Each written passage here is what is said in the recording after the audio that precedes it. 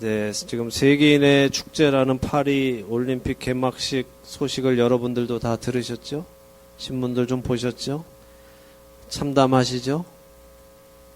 네, 참 참담합니다. 로마서 1장 26절 말씀처럼 하나님께서 사람들을 그 부끄러운 욕심에 내버려 두셨더니 정말 사람들이 서로 향하여 음욕이 불릴 듯하며 부끄러운 일을 행하는 모습을 아주 그냥 TV로 전 세계에 라이브로 보여줬습니다. 더 나아가서 이것이 영적인 세상의 지금의 모습이구나, 그 장면을 보면서 생각이 들었어요. 다행히도 그 파리 올림픽 개막식이 나가고 난 후에 아직 많은 사람들이, 그러니까 성도가 아니라도, 크리스찬이 아니어도 그냥 세상의 사람들조차도 이런 모습에 굉장히 불편하다 하는 의견을 냈습니다. 그것은 아직은 그래도 세상이 그 타락한 끝까지는 가지 않았다는 증거이죠.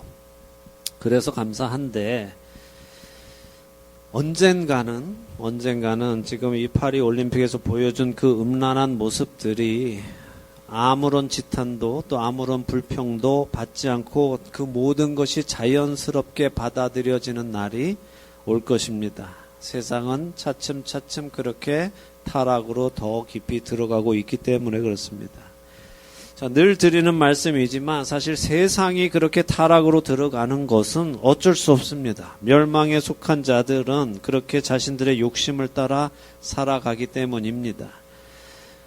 육신을 따르는 자들은 늘 육신의 일을 생각하고 결국 그 육신의 끝은 사망이라고 로마서 8장 5절과 6절 말씀하시죠. 문제는 성도들입니다. 하나님께서 독생자의 핏값을 주시고 사신 하나님의 백성들, 하나님께서 멸망할 이 세상과 거룩하게 구분하신 그 성도들이 문제입니다. 우리는 이미 여러 교회들이 하나님의 말씀을 부인하고 자신들의 육신의 원함을 따라 하나님의 말씀을 자기들의 입맛에 맞는 대로 해석하면서 자신들이 원하는 일을 해도 되는 근거로 삼고 있음을 보았습니다. 지난달 회의에도 제가 보여드렸죠. 예수님이 이 시대에 오셔서 팔복을 다시 설교하시면 뭘 한다고요? 팔복의 내용을 바꿀 것이라, 그런 여자 목사의 설교를 제가 알려드렸습니다. 또 극단적인 여성 인권주의를 내세우면서 바울이 여성을 비하하는 사람이라고 정죄하고 바울을 조롱하는 모습도 보여드렸습니다. 최근 미국 동부에 있는 교회 예배 장면 하나를 보여드리겠습니다. 자, 먼저 이게 주일 예배 모습인데요. 먼저 나왔던 여자인지 남자인지 알 수 없는 그 분이 성경을 봉독했죠. 그날 읽을 말씀을 봉독했습니다. 근데 그 여자분 여기 그 티셔츠에 있는 그림을 보셨어요? 어떤 그림이었습니까? 예수님의 그림인데 그 예수님의 그림이 예수님 얼굴에 화장을 시켜놨죠. 여장을 시켜놨단 말이에요. 예수님을. 그리고 교회 목사님이 나오셨는데 자기도 여장을 하고 나왔죠. 그래서 자기가 드래그 퀸이라고 설명을 하는 거예요. 그러면서 이제 자기 이름을 말하고 이제 요즘 말하는 대로 나를 he, his, him 이렇게 불러라 라고 얘기하고, 그러면서도 자기는 남성이지만 여성 화장을 하고 여성 옷을 입고 다니는 것을 즐겨하는 사람이다라고 밝히면서 자기의 그 드래그 퀸, 그러니까 자기가 여장 남자를 할 때의 이름을 지어달라고 지금 성도들한테 부탁을 하는 거예요.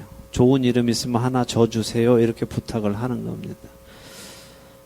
이게 지금 우리가 살고 있는 2024년 미국의 연합감리교회에서 일어나고 있는 일이에요.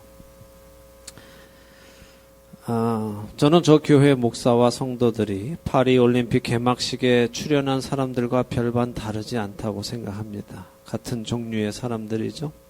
근데 바로 이게 문제죠. 뭐가 문제냐? 성도와 세상의 구분이 없다는 거예요. 성도나 교회나 세상이나 구별이 지금 안 가고 있다는 거죠.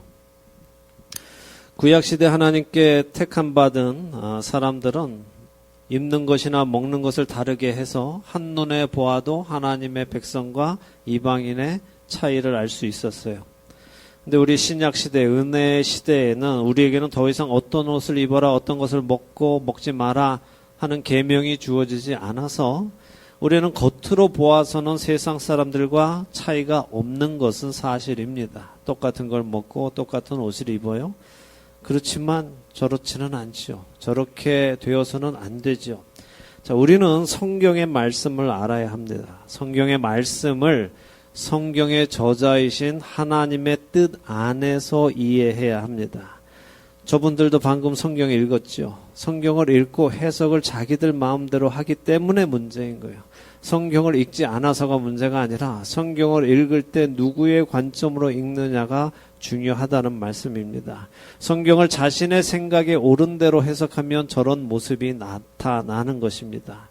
자, 그런데 이런 일이 왜 일어날까요? 왜 성경을 보면서도 성경을 자기 원하는 대로 읽고 해석하는 일들이 일어날까요? 그것은 자기 욕심 때문에 그래요. 우리는 언제나 기준이라는 것에 자기 자신을 맞추려는 노력을 해야 됩니다. 하나님께서 우리의 아버지가 되신다는 것은 그 하나님의 말씀이 우리 집안의 기준이 되는 거예요. 이제 우리는 주 안에서 거듭나서 하나님의 자녀가 되었기 때문에 하나님 아버지의 뜻을 알고 하나님 아버지 집안의 가풍을 배워나가면서 이 집안의 식구로서 자라가고 이 집안의 식구의 한 사람으로서 맡겨진 일을 감당하며 살아가야 하는 것입니다. 근데 욕심이라는 것은 이 기준을 배우려고 하는 것이 아니라 이 집안의 가풍을 나의 원대로 바꾸려고 하는 거예요. 그리고는 나를 받아들이라, 있는 그대로 받아들여라, 나를 인정해줘라 라고 요구하는 거죠. 개인의 독특함, 개인의 개성과 존재를 인정하라고 하는 것이 우리 시대의 가치관인데 그 가치관이 교회 안에까지 들어와서 사람들을 현혹시키고 구원에 이르려는 사람들을 구원에서 멀어지게 하려고 하고 있습니다. 예수님께서 말씀하신 그대로 거짓 그리스도들과 거짓 선지자들이 할 수만 있다면 택하신 자들도 미혹하려는 시도를 계속하고 있고 믿음에서 떨어지게, 구원에서 떨어지게 하려 하고 있습니다. 우리 하트앤소울 복음 선교회가 벌써 24년이라는 시간을 사역을 했습니다. 돌이켜보니까 제가 올해가 여기서 사역을 한 지가 20년이 되었어요. 제 딸이 태어날 때 시작했는데 제 딸이 20살이 되었더라고요. 근데 그 20년 동안 사역을 하면서 한 가지 깨닫게 된 것이 있습니다. 그게 무엇인가 하면 성경을 공부해야 한다는 거예요. 그거 이제 깨달았느냐고요? 예. 가면 갈수록 계속 깨닫고 있어요. 점점 더 깨닫고 있습니다. 오히려 제가 신앙이 별로 없을 때는 성경 공부 중요하게 생각하지 않았어요. 믿음 생활이라는 것이 그저 하나님의 은혜 안에서 우리가 하나님이 우리의 아버지이신 것을 믿고 착하게 살아가면 되는 줄 알았어요. 교회 잘 나가고 예배 잘 드리고 빠지지 않고 시키는 거 잘하고 그렇게 살면 되는 줄 알았습니다. 그런데 가면 갈수록 알면 알수록 하나님의 말씀 위에 우리가 온전히 세워져 나가지 않는다면 우리는 정말 하루아침에 다 무너져 버릴 수밖에 없는 연약한 존재라는 것을 깨닫게 됩니다. 그리고 이렇게 방송을 통해서 우리가 말씀을 전하고 있지만 방송을 듣는 것과 성경 공부에 직접 참여하는 것에는 큰 차이가 있다는 것을 또 최근에 알게 됐어요. 아시는 분들은 아시겠지만 제가 많이 할 때는 한 주에 6개의 성경 공부를 인도하기도 합니다. 지금 매주 4개 성경 공부팀을 인도하고 있는데 정말 감사하게도 이 성경을 직접 공부하는 분들 사이에는 변화가 일어나는 걸 봐요. 이분들의 삶에 변화가 일어나는 걸 봅니다. 물론 방송을 듣고 계시는 분들 중에도 삶의 변화를 받으시고 성경을 보는 눈이 달라지고 성도로 살아가는 것을 새삼 깨닫게 되었다라고 연락 주시는 분들이 계시지만 그리 많지는 않은 것 같아요. 물론 그럼에도 불구하고 연락을 안 하셔서 그럴 수도 있겠죠. 그런데 사실 우리라는 이 사람, 죄성을 가진 우리의 모습 중에 하나가 뭐냐 하면, 방송을 듣고 설교를 통해서 설교를 듣고 할 때 우리는 우리가 듣고 싶은 것만 듣고, 우리가 기억하고 싶은 것만 기억하고, 내가 이해하고 싶은 대로 이해하고 넘어가는 경우가 많다는 거예요. 동의하세요? 안 하세요? 분명히 얘기했는데 제가 내일 여러분한테 여쭤보면 여러분은 다 다르게 대답하실 겁니다. 여러분들이 기억하고 싶은 것만 기억하시고 여러분이 이해한 대로 이해하고 계실 거예요. 자, 우리가 성경을 읽다가도 깜짝깜짝 놀랄 때가 적지 않죠. 아니, 성경에 이런 말씀이 있었어? 아니, 성경에 이게 그런 말씀이었어? 나는 지금껏 성경을 읽었어도 그런 말씀이 있는지 몰랐네. 나는 이 말씀이 그런 의미인지 몰랐네 하는 말씀이 얼마나 많습니까? 그래서 성경 공부를 해야 한다는 것입니다. 하나님의 말씀을 배우고 내 마음에 새기고 변화를 받아서 이 땅에서 하나님의 자녀로 살아가겠다는 마음으로 우리가 하나님 말씀 앞에 다시 나아오기를 원합니다. 그래서 이제 다음 달인 9월부터는 매주 목요일 저녁에 성경 공부를 재개하려고 하는 것이고, 줌을 통해서 참여자도 넓히려 하는 것입니다. 지금까지 우리는 봉사자 대상으로만 성경 공부를 해왔는데 이제 이것을 청취자들에게까지 넓혀서 함께 성경을 공부해 나가야겠다는 생각이 들었습니다. 때는 악해지고 시간은 점점 줄어들고 있기 때문에 우리가 더 늦기 전에 말씀 앞에 다시 돌아가서 말씀을 배워야 하겠습니다. 자, 이제 오늘 말씀을 좀 보도록 하겠습니다. 디모데 후서인데요. 디모데 후서는 많은 설명이 필요한 책입니다만 언젠가 우리가 디모데 후서를 공부할 기회가 있을 때 자세히 하도록 하고, 오늘은 3장 13절부터 17절을 보겠습니다. 우리 함께 읽도록 하겠습니다. 성경 펴시고 디모데 후서 3장 13절에서 17절 읽도록 하겠습니다. 같이 읽겠습니다. 악한 사람들과 속이는 자들은 더욱 악하여져서 속이기도 하고 속기도 하나니, 그러나 너는 배우고 확신한 일에 거하라. 너는 내가 누구에게서 배운 것을 알며 또 어려서부터 성경을 알았나니, 성경은 능히 너로 하여금 그리스도 예수 안에 있는 믿음으로 말미암아 구원에 이르는 지혜가 있게 하느니라. 모든 성경은 하나님의 감동으로 된 것으로 교훈과 책망과 바르게 함과 의로 교육하기에 유익하니, 이는 하나님의 사람으로 온전하게 하며 모든 선한 일을 행할 능력을 갖추게 하려 함이라. 아멘. 자, 3장 시작 내용을 조금 알려드릴게요. 잠깐 설명을 드리면, 바울은 디모데에게 말세의 사람들이 어떤 특징을 나타내는가 그것을 설명해 주십니다. 근데 어떤 특징이 나타나는가 하면, 자기를 사랑하고 돈을 사랑하고 자랑하고 교만하고 비방하고 부모를 거역하고 감사하지 않고 거룩하지 않고 무정하고 원통함을 풀지 않고 모함하고 절제하지 못하고 사납고 선한 것을 좋아하지 않고 배신하고 조급하고 자만하고 쾌락 사랑하기를 하나님 사랑하는 것보다 더한다라고, 그리고 경건의 모양은 있으나 경건의 능력은 부인하는 특징이 있다라고 말씀을 해주세요. 자, 이게 세상 사람들한테 이런 특징이 나타날 것이다 라고 말씀하는 것이 아니라 성도들 사이에 이런 특징이 나타날 것이다 라는 말씀이고, 특별히 성도들 중에 사역자들에게 이런 모습이 나타날 것이다 라는 말씀이에요. 놀랍죠? 목사나 선교사나 사역자들에게, 그런 타이틀을 단 사람들에게 이런 사람들이 나타날 거라는 거예요.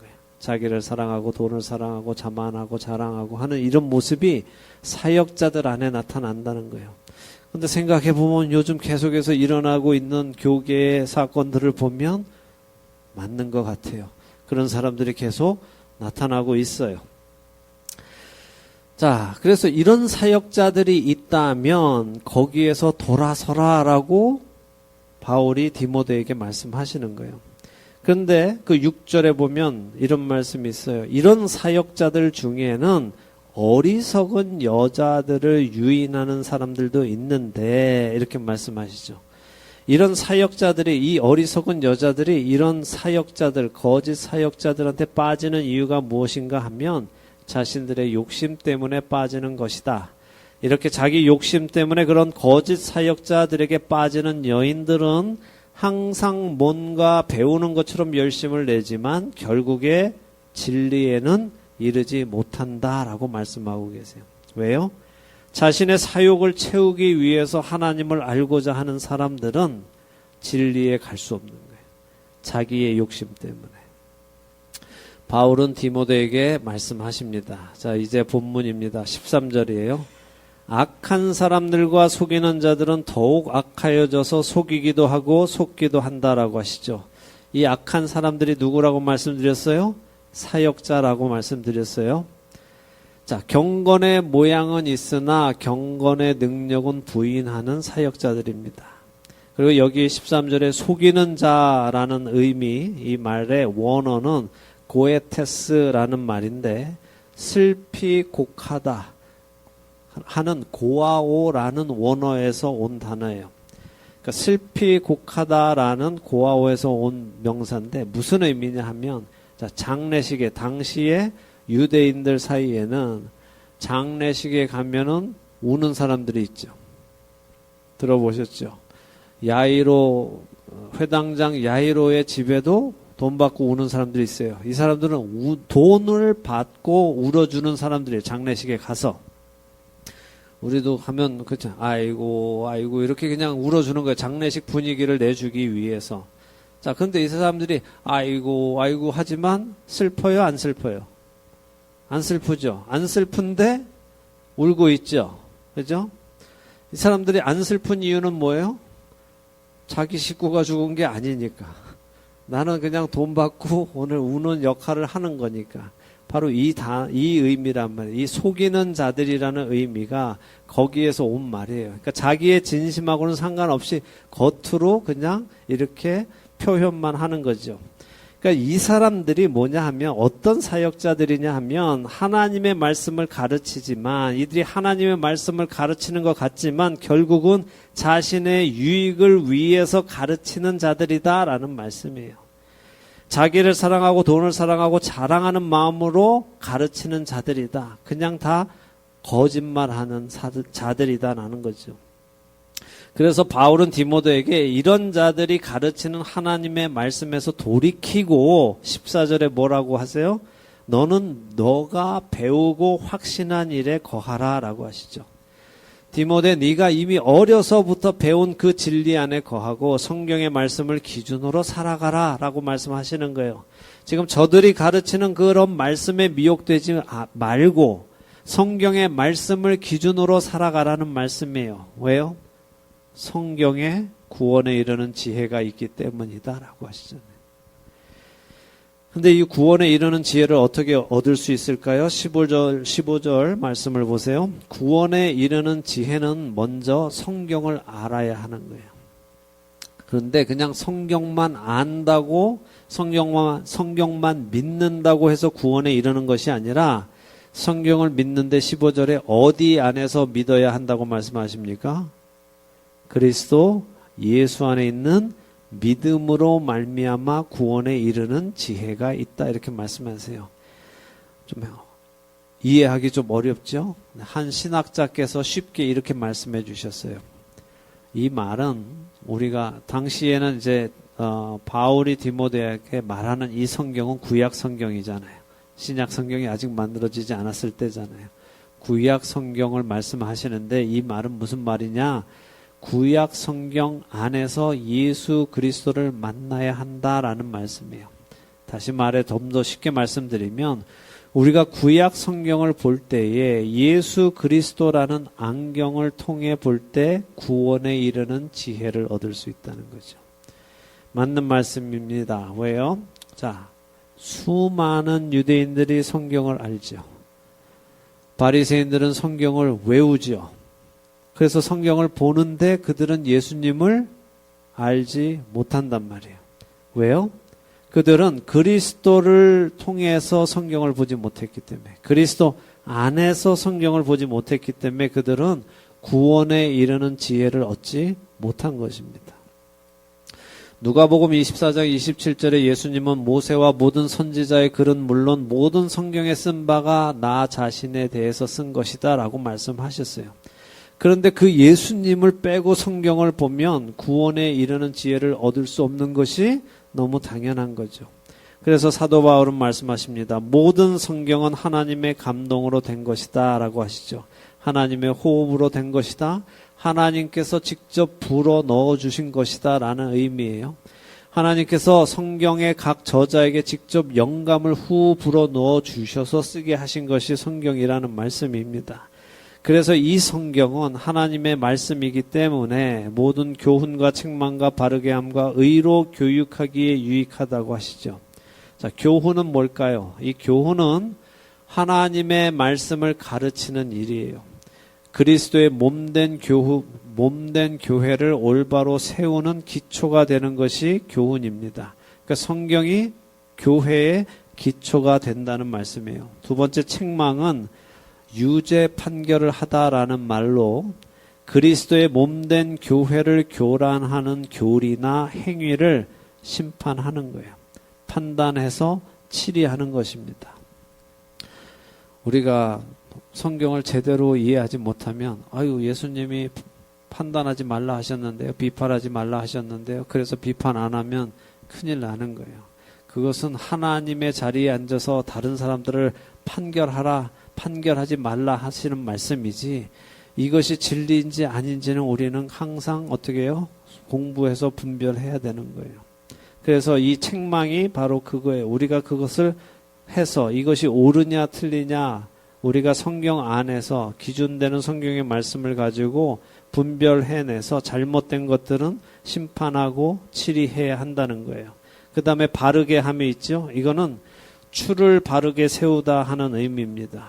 그러니까 책망이 징계의 목적이 있다면 이 바르게 하는 것은 교정해서 옳은 길로 가도록 만드는 것입니다. 그 다음에 의로 교육하기에 이렇겠죠.